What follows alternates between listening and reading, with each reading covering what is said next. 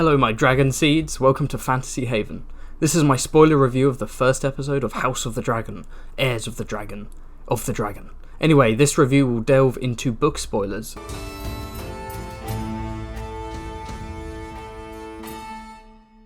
I'm a huge fan of the A Song of Ice and Fire universe. After season 5 of Game of Thrones aired, I read all the books and then binged the show in time for season 6. Like all annoying book fans, I watched on as the show gradually degraded in quality, culminating in the downright bizarre and awkward final season. But by then my emotional investment had waned, so I kind of treated it as dumb popcorn spectacle. Despite the hurt, I've been cautiously optimistic about Hot D. The old producers at HBO who made questionable decisions are gone.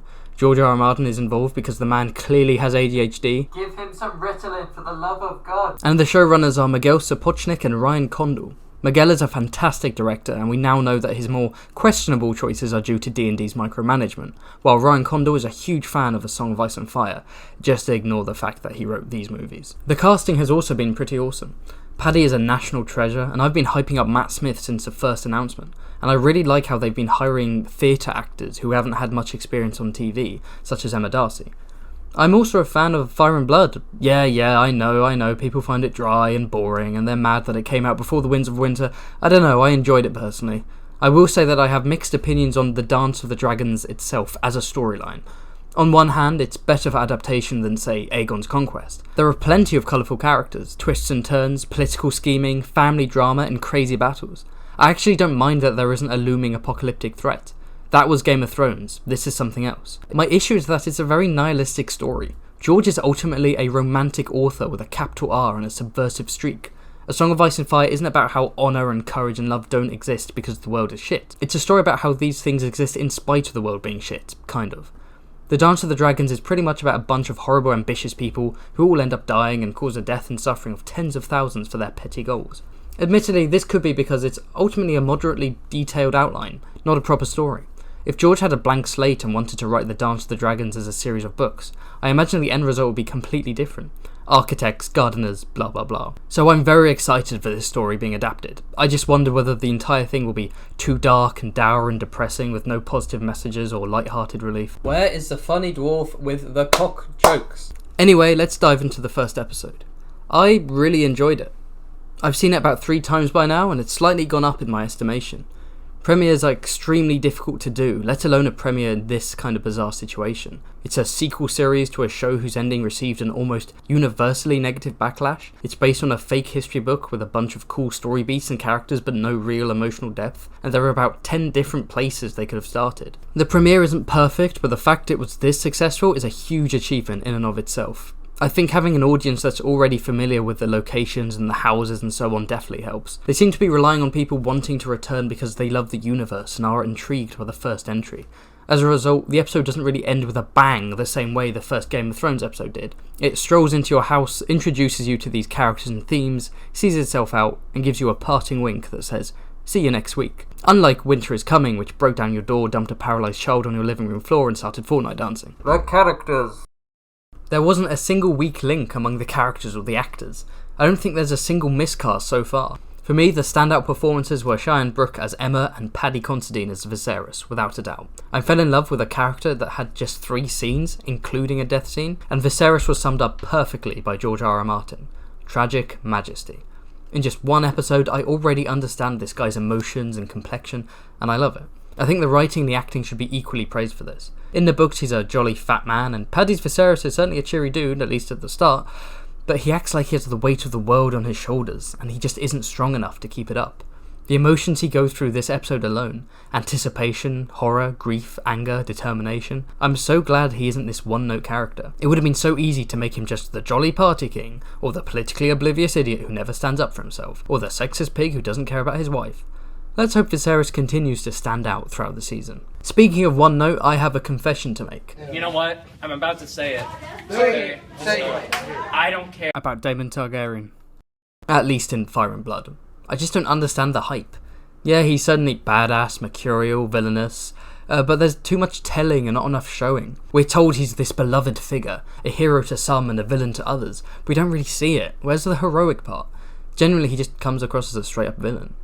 Matt Smith's Daemon is already better. Maybe I'm biased because I grew up on Doctor Who and the 11th Doctor was an absolute lad, but this Daemon already feels more sympathetic and complex. He's certainly a violent rogue and he's creepy around Rhaenyra, and he's just a dickhead in general, but there are moments of vulnerability. Having him gently speak to Rhaenyra at the funeral was a great touch, one proposed by Matt Smith apparently, and the air for a day scene was deliciously ambiguous. I really can't tell if he was celebrating and being a bastard or if that's genuinely his odd way of grieving. Matt Smith is fantastic as this smirking rogue. He's got a permanent twinkle in his eye and a sort of strange otherworldly appearance that works so well for a Targaryen. His High Valyrian was also pretty awesome. I also really enjoyed seeing Millie Alcock as Rhaenyra. She pulls off this feisty, irreverent teenager without it coming across as cringy and cliched. Her funeral scene in particular was a standout. I imagine it's difficult trying to convey grief and sadness while speaking a silly fantasy language. I'm looking forward to seeing more of Millie, and I'm sure the recast halfway through the season or whenever will be a gut punch. Time for a quickfire character round. Making Alicent Hightower the same age as Rhaenyra so that they can be friends was a genius decision, and it will make their inevitable breakup that more dramatic. I mean, it's not just an older woman marrying Rhaenyra's dad, it's her best friend. That's fucked up. We didn't see much of her this episode, but Emily Carey did a good job of portraying a rule-abiding, anxious young lady. I do like the touch of her anxious nail picking and biting, even though it's kind of gross. Otto Hightower looks exactly how I imagined him in the book. Rhys Ifans just embodies this grasping, arrogant, serpentine character perfectly. I love that dead stare he keeps giving Daemon. Can't wait to see more of his machinations. We didn't see much of Corlys or Rhaenys, but what we did see leaves me wanting more. Corlys is this imposing, calculating, yet slightly frustrated presence. He's utterly fed up with the bullshit at court. He looks awesome with the silver dreads, and I'm very curious how the race change will affect the strong bastard storyline. My guess is that some ambiguity will remain. After all, genetics are strange, and you can certainly have a quarter black child with white skin, but it'll be pretty obvious that the children are meant to be bastards, more so than in the book. Rhaenys had a Queen of Thorns vibe that I loved, although I hope her character has more going for her than just being bitter and not being queen. Lord Strong looked cool. The actor is bald, so I suspect he'll be losing that wig in the future. Malos brought a masterly gravitas, and Lyman Beesbury betting at the tourney made me laugh for some reason. I have a feeling they're going to make us love this sweet old B-man before he gets christened. We've seen 2 members of the Kingsguard so far, Ryan Redwine chilling in the background of scenes. I assume he dies next episode so that Harold Westling becomes Lord Commander and then Criston Cole gets accepted into the Kingsguard as Rhaenyra's sworn shield. Speaking of Sir Harold, we finally have a Scottish accent in Thrones. I might do a video about accents in the show and books one day. We didn't see much of Mysaria. I haven't heard enough of her accent to truly judge it, but she certainly looks the part. Same with Criston Cole. Didn't see much of him, looks the part. Annoyingly handsome. I guess if dragons count as characters, I love their unique looks and personalities. Syrax gives me loyal dog energy, and Caraxes is a cantankerous beast and a long boy. Their CGI quality seems to vary depending on the scene, but mostly they look fine to me. I thought the writing was pretty great as well. The episode was paced well. I understand this first season is going to be a slow burn, but that's fine by me. It gave me season 1 vibes. Long scenes that let the story breathe, deep character moments, small council scenes. I fucking love small council scenes. I know it's nerdy, but they're my favourite thing. I don't know why they vanished after season 5. There were a few issues with the dialogue, a few exposition-y lines here and there. Mysaria describing Daemon as Rider of Caraxes, Wielder of Dark Sister didn't really feel natural, and Corlys was basically reading off Kragas Crabfeeder's A Wiki of Ice and Fire page. The actors were able to elevate some of the more awkward lines, although the first scene with Rhaenyra and Alicent in the Godswood had a bit of an awkward flow. The rules of the tourney also seemed a bit puzzling. I mean, I get why Daemon gets to choose his opponent, after all he's the Prince of the City, but why does he do this after the first jousting match between Criston and Bormund? That doesn't seem fair. Surely he should have done it before. Also, is Daemon allowed to just trip up that horse? Yeah, I know, jousting rules weren't codified, they weren't set in stone, fair enough. I guess you can chalk all of this up to, he's the king's brother, he can do whatever the fuck he wants, which is fair. The bloody fight that breaks out is probably the strangest part of the episode for me. I assume it's not a melee because they're fighting with sharp weapons and killing each other.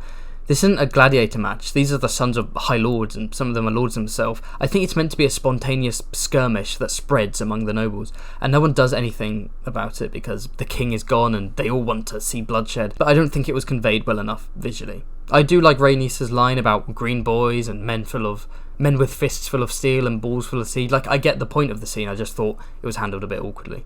Other than that though, the direction by Miguel was fantastic. Unlike Game of Thrones, which was obsessed with zooming in on actors' faces while they awkwardly stared ahead, House of the Dragon has a sense of scope that the previous show wasn't able to achieve. A big budget helps, but the wide shots and the sweeping shots make the thing feel like a movie. The highlight of the episode, of course, was the death of Emma Arryn, intercut with fighting at the tourney. It's not a subtle message, but I appreciate Miguel using the medium of visuals to tell a story. He does this as well with establishing character relationships. Glances and glares tell you exactly how each character feels about each other. The costumes and armour were awesome. I never really liked the costume and armour in Game of Thrones, especially in the later season. Everything was so drab, and I mean, those last 2 seasons, everyone was wearing black for some reason. The bright heraldry and the surcoats, the detailed embroidery on the dresses and the tunics, the grandiloquent jousting armour with the ridiculous helmets and the plumes, amazing. I loved it. It felt so A Song of Ice and Fire while still being clearly within the Game of Thrones universe. The music didn't really stand out for me. Not that it was bad, it was amazing, because of course it's my boy Ramin, but it's just, he seemed like he was reusing music from Game of Thrones with a few tweaks, which is fine because that music is awesome, but I'm looking forward to something new. Oh, that reminds me. What is this show's theme song? And where is the intro? That's my biggest criticism. Game of Thrones had one of the greatest themes and intros of all time. I was so excited for this one, and it's just a dragon for a couple of seconds. If their thought process was, it won't be as good as the original, so don't bother, well, you can say that about anything. It just feels lazy. That is, of course, unless they're saving it for episode 2 and removing it from this episode because of the cold open, which I understand, so I'll save my rant for the next episode. Thank you for watching, everyone. What did you think about this episode? Did you love it, hate it? Are you going to keep watching? Like and subscribe to see my future videos. Alright, see ya.